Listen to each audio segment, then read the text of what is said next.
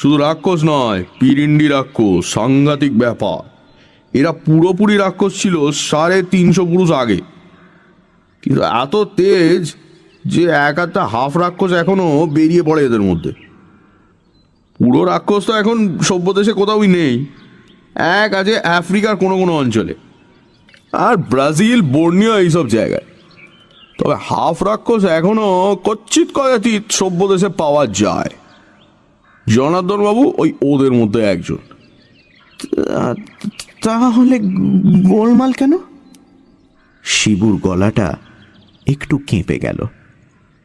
ফটিকদা হাল ছেড়ে দিলে সে চোখে অন্ধকার দেখবে। তুমি যে সকালে বললে তোমার ব্যবস্থা জানা আছে।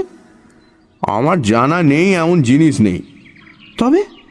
ফটিকদা একটু গম্ভীর হয়ে গেল, তারপর বলল,